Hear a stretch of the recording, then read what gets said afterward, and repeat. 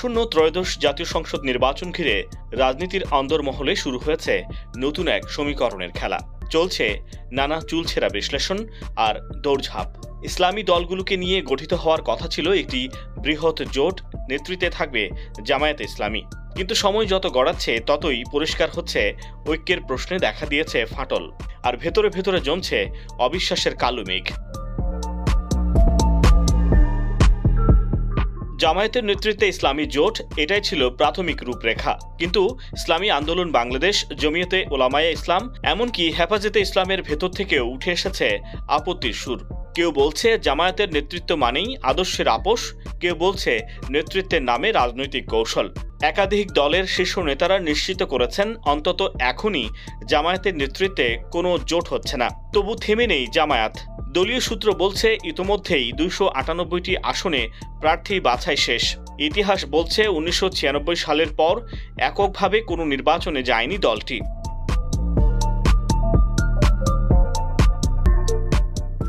(2001 সালে বিএনপির সঙ্গে 31টি, 2008 সালে 38টি আর 2018 সালে 22টি আসনে জোট বেঁধেছিল তারা। কিন্তু 2020 সালে বিএনপির সঙ্গে সম্পর্ক ছিন্নের পর এবার হয়তো একক লড়াইয়ের প্রস্তুতি নিচ্ছে জামায়াত, নতুন কৌশল ও নতুন দাবির মোড়কে। 5 দফা দাবিতে যুগপথ আন্দোলনে থাকা জামায়াতের ভেতরে চলছে এক অদ্ভুত হিসাব। পিয়ার পদ্ধতির ভোট, জুলাই সনদের নির্বাচন, এমনকি ভিন্ন ধর্মাবলম্বী প্রার্থী মনোনয়নের চিন্তাও আলোচনায় এসেছে। দলীয় শীর্ষ পর্যায়ের সিদ্ধান্ত অনুযায়ী এবার হয়তো দেখা যেতে পারে হিন্দু, বৌদ্ধ, খ্রিস্টান কিংবা আদিবাসী প্রার্থী, যা জামায়াতের ইতিহাসে এক নজিরবিহীন পদক্ষেপ হতে পারে।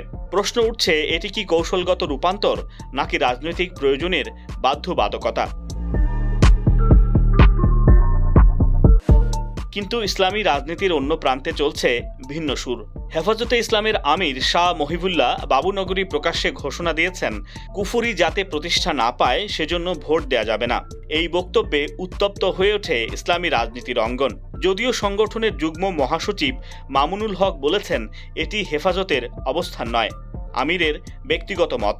তবু প্রশ্ন থেকেই যায়, ইসলামী ভোট ব্যাংকের ভেতর কি শুরু হলো এক নিঃশব্দ বিভাজন?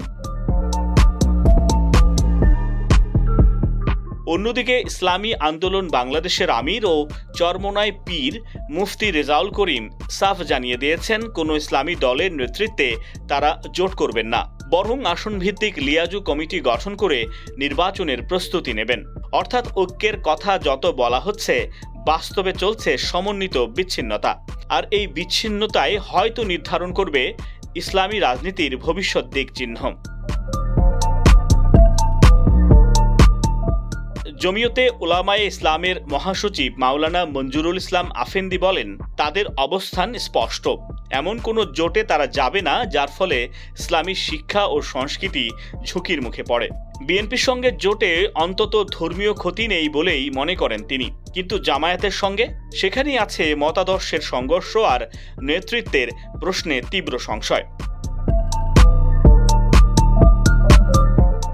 রাজনৈতিক বিশ্লেষকরা বলছেন, একসময় বিএনপির নিকটতম সহযোগী ছিল জামায়াত, কিন্তু এখন তারা পরিণত হয়েছে প্রতিদ্বন্দ্বী শক্তিতে।